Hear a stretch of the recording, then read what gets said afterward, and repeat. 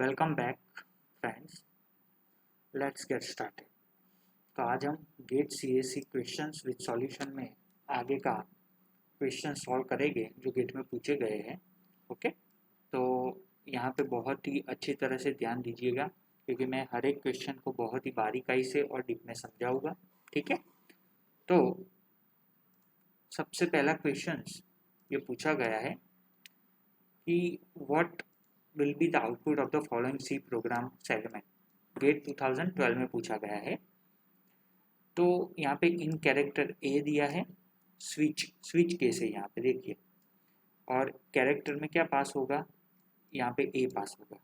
लेकिन आपको पता है कि स्विच केस में ब्रेक स्टेटमेंट का बहुत ही बड़ा रोल है। ओके, ब्रेक होना चाहिए। ब्रेक से क्या होगा कि वो ब्लॉक से बाहर निकल जाएगा, लेकिन यहाँ कहीं पे भी देखो ब्रेक नहीं है। ठीक है, तो ये थोड़ा समझने वाला है पॉइंट। ये पास होगा, यहाँ पे ये मैच हो गया, तो आउटपुट सबसे पहले क्या प्रिंट होगा, चॉइस ए। लेकिन ब्रेक नहीं है तो वो दूसरे केस पे भी चला जाएगा और प्रिंट होगा चॉइस बी। यहाँ पे भी ब्रेक नहीं है, सी में जाएगा, डी में, ई में, लेकिन वहाँ पे तो कुछ प्रिंट नहीं होगा। फिर डिफॉल्ट में जाएगा और प्रिंट करेगा नो चॉइसेस। अगर आपका यहाँ पे ब्रेक होता ए में, तो डायरेक्टली आंसर आ जाता चॉइस है और ये बाहर निकल जाता स्विच से। अगर कोई भी ऑप्शन मैच नहीं होता तो क्या प्रिंट होता, डिफॉल्ट प्रिंट होता। ठीक है, लेकिन यहाँ पे क्या होगा, choice A, choice B and no choice, तो ऑप्शन सी यहाँ पे आंसर आएगा क्योंकि यहाँ पे ब्रेक स्टेटमेंट नहीं है। ठीक है, चलिए अभी आगे बढ़ते हैं।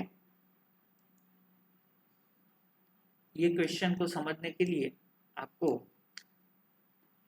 the value of the j at the end of the execution of the following C program GATE 2000 में पूछा गया था।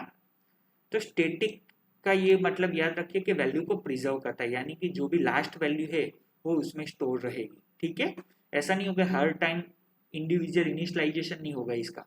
ठीक है, ये बात याद रखनी है। ओके, सबसे पहले आई जे है, कहाँ तक घूमेगा ये लूप, 1 2 3 एंड 4। ठीक है, 4 तक घूमेगा। यहाँ पे 0 होगा, यहाँ पे 0 पास होगा, काउंटर की वैल्यू इनिशियली 0 है, तो इनिशियल काउंटर क्या होगा, initial counter is equal to counter plus 1, तो काउंटर 0 प्लस आई की वैल्यू इनिशियल कितनी गई है, ये आई की वैल्यू है। ठीक है, आई 1, तो काउंट आई 0 है इनिशियली, तो काउंटर इनिशियली कितना हुआ, 0। ओके, अभी दूसरी बार आई की वैल्यू क्या गई, 2 गई, तो 2 गई, तो उस टाइम काउंटर की वैल्यू क्या थी, काउंटर 0 था, 0 प्लस 1, आई की वैल्यू क्या है 1, यहाँ पे आई क्या है, अभी 1 आ गया है। ठीक है, तो काउंटर की वैल्यू कितनी हो गई, 1। अभी सेकंड जब आई की वैल्यू 2 होगी, यहाँ पे जाएगा काउंटर प्लस आई, तो काउंट क्या है, यहाँ पे 1 है लास्ट वैल्यू, क्योंकि ये प्रिजर्व करता है लास्ट वैल्यू, स्टैटिक है ना, ये स्टैटिक है इसलिए ये प्रिजर्व करता है लास्ट वैल्यू को। 1 प्लस आई, आई कितना है 2, यानी कि 3।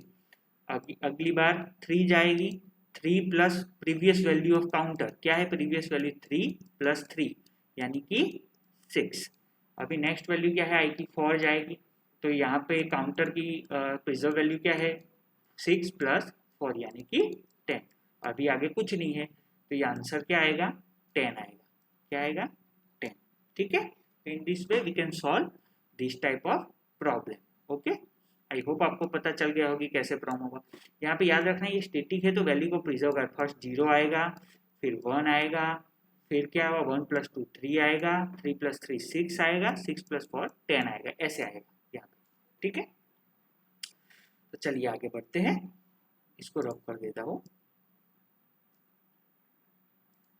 Okay, consider the following declaration of a two dimensional array. GATE 2002 में पूछा गया है। A 100 assuming that the main memory is byte addressable है। ठीक है, and that the array is sorted starting from the memory address 0। the address क्या है उसका, A 40 and 50। ठीक है, तो यहाँ पे याद रखिए 1 बाइट यहाँ पे ये ऑक्यूपाई करता है, बाइट एड्रेसेबल है। तो यहाँ पे स्टार्टिंग एड्रेस कितना है, 0, स्टार्टिंग एड्रेस 0 प्लस 40 क्या है उसकी लोकेशन, यहाँ पे रोज एंड कॉलम्स है, रो 40 कॉलम 50, ठीक है। 100 उसकी साइज है, इंटू 1 क्या है उसका, 1 बाइट एड्रेसेबल है, ठीक है। अभी यहाँ पे 50 है तो प्लस 50 इंटू बाइट कितने हैं, 1 बाइट, तो कितने हुए 4000 प्लस 50 यानी 4050, तो आंसर बी आएगा यहाँ पे, ठीक है। बाइट एड्रेसेबल है। एक बार आपको समझना हो तो मैंने पीछे भी लिखा है, हम देख लेते हैं उसको, ठीक है। तो आपको तो देखिए address of 4050 starting address plus 40 into 100 into memory size into 50 into memory size, तो 0 plus 40 into 100 into 1 plus 50 into 1, 4050। Byte addressable है तो मेमोरी कितनी है, 1 बाइट, ठीक है। ये बात याद रखनी है, ठीक है। तो ये बात आपको जब भी क्वेश्चन सॉल्व करते हैं तो मेक श्योर का आपको पता होनी चाहिए। नेक्स्ट, ओके, अभी क्वेश्चन दिया गया है कि consider the following C function, GATE 2007 same है, फंक्शन को कॉल करेंगे ये तो क्या आउटपुट आएगा, चलो 1 बाय 1 देखते हैं। F5 यानी कि 5 यहाँ पे गया, 5 गया तो 5 गया अंदर, तो चेक करेगा 5 is less than equal to 0, नहीं ये गलत, ग्रेटर देन इक्वल टू 3 है 5, यस। तब यहाँ पे आर की वैल्यू कितनी हो गई, एन, एन क्या है अभी 5, और रिटर्न क्या करेगा, एफ ऑफ 5 माइनस 2 यानी कि 3 प्लस 2 करेगा। अभी नेक्स्ट टाइम जब कॉल करेगा F3 तो 3 वैल्यू जाएगी, चेक करेगा N less than equal to 3 नहीं है, ग्रेटर इक्वल टू 3 नहीं है, तो क्या रिटर्न करेगा, ये करेगा। तो रिटर्न क्या करेगा यहाँ पे एफ ऑफ 2, क्योंकि 3 माइनस 1 प्लस 2 और आर की वैल्यू तो 5 ही थी, ओके। अभी 2 ऊपर जाएगा, यहाँ पे पहले 5 गई 2 गई 3, अभी 2 जाएगी, 2 जाएगी तो कंडीशन चेक करेगा, सेटिस्फाई नहीं हो रही है, तो रिटर्न क्या करेगा एफ एन माइनस 1, तो एफ ऑफ 1 प्लस 5 रिटर्न करेगा, ठीक है।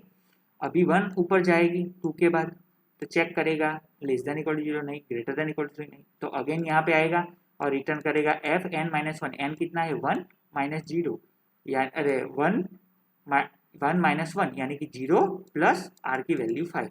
अभी f क्या हुआ 0, तो यहाँ पे 0 जाएगा तो n is less than equal to 0 सही है, तो यहाँ पे क्या ये रिटर्न करेगा 1, तो 1 प्लस 5 क्या हुआ 6, यहाँ पे देखिए रिटर्न जा रहा है 6, 6 प्लस 5 कितना हुआ 11, 11 प्लस 5 कितने हुए 16, 16 प्लस यहाँ पे 2 यानी कि 18, तो आंसर क्या आएगा 18 आएगा।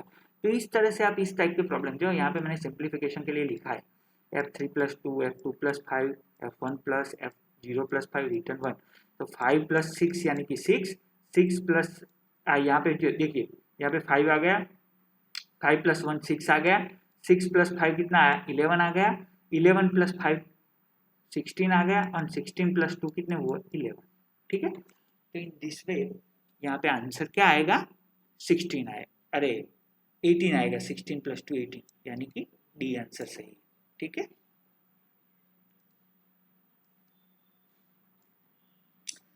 चलिए आगे बढ़ते हैं।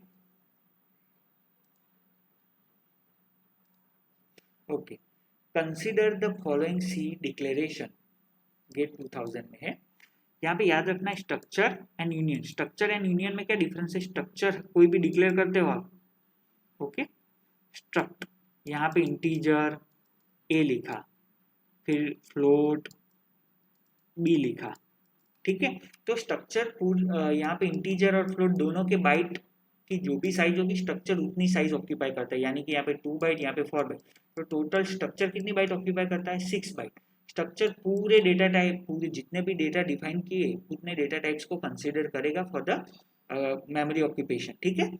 लेकिन यहाँ पे अगर यूनियन होता तो यूनियन क्या करता, जिसकी साइज ज्यादा है यानी कि इंटीजर एंड फ्लोट में किसकी साइज ज्यादा है, फ्लोट की 4 बाइट, तो यूनियन पूरे ब्लॉक को कितनी 4 बाइट ही ऑक्यूपाई करता, ठीक है, ओके। तो ये डिफरेंस है, स्ट्रक्चर पूरे बाइट्स ऑक्यूपाई करता है, यूनियन क्या करता है जो भी डेटा टाइप बड़ा है दोनों में से उसके बाइट को वो ऑक्यूपाई कर लेता है और उसमें से ही दोनों को यूज करता है, ठीक है। तो स्ट्रक्ट सॉर्ट एस, यहाँ पे एरे है, सॉर्ट का यहाँ पे दिया है एस ऑफ 5, फिर यूनियन में क्या है फ्लोट एंड लॉन्ग, तो यहाँ पे लॉन्ग की साइज ये ऑक्यूपाई करेगा, फ्लोट की नहीं करेगा। मैंने कहा है ऐसे ही, दो हो गए, दो में से जो भी बड़ा होगा उसकी साइज ऑक्यूपाई करेगा और स्ट्रक्चर पूरे की करेगा। ठीक है, ये यूनियन का है और ये स्ट्रक्चर का वेरिएबल डिक्लेयर किया है यहाँ पे, member variable. Okay, assume that the object of the type short float and, तो short 2 byte, float 4 byte and long 8 byte occupy करता है। Memory requirement for variable T ignoring the alignment, तो T की memory occupation कितनी होगी वो देखना है हमारे। ठीक है, कितनी मेमोरी ऑक्यूपाई करेगा। तो यहाँ पे आपको पता है कि ये जो एस ऑफ 5 है ये 2 बाइट्स ऑक्यूपाई करता है, लेकिन ये एरे है। ये क्या है, एरे है, तो 5 इंटू 2 करना पड़ेगा, यानी कि कितने बाइट ऑक्यूपाई करेगा ये 10। ये यूनियन में फ्लोट 4 बाइट है और लॉन्ग 8 बाइट है, तो दोनों में से सबसे बड़ा कौन है, 8, तो लॉन्ग की ऑक्यूपाई करेगा। तो हमारे पास शॉर्ट की 10 बाइट, 5 इंटू 2 10, प्लस लॉन्ग के कितने 8, यानी कि 18, क्योंकि 4 नहीं कंसिडर, तो कितने बाइट ऑक्यूपाई करेगा टोटल ये हमारा टी 18 बाइट कंप्लीट, यानी कि आंसर क्या है, सी। तो आपको पता चल गया होगा कि इस टाइप के क्वेश्चंस कैसे सॉल्व किए जाते हैं। ठीक है, तो हम यहाँ तक रखते हैं।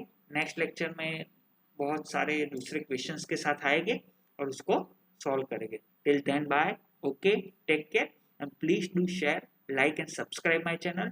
जो भी नीडी स्टूडेंट्स है जिनको ज़रूरत है उनको आप भेजिए, उनके साथ शेयर कीजिए ताकि उनको भी इसका फ़ायदा मिले। Okay, thank you so much.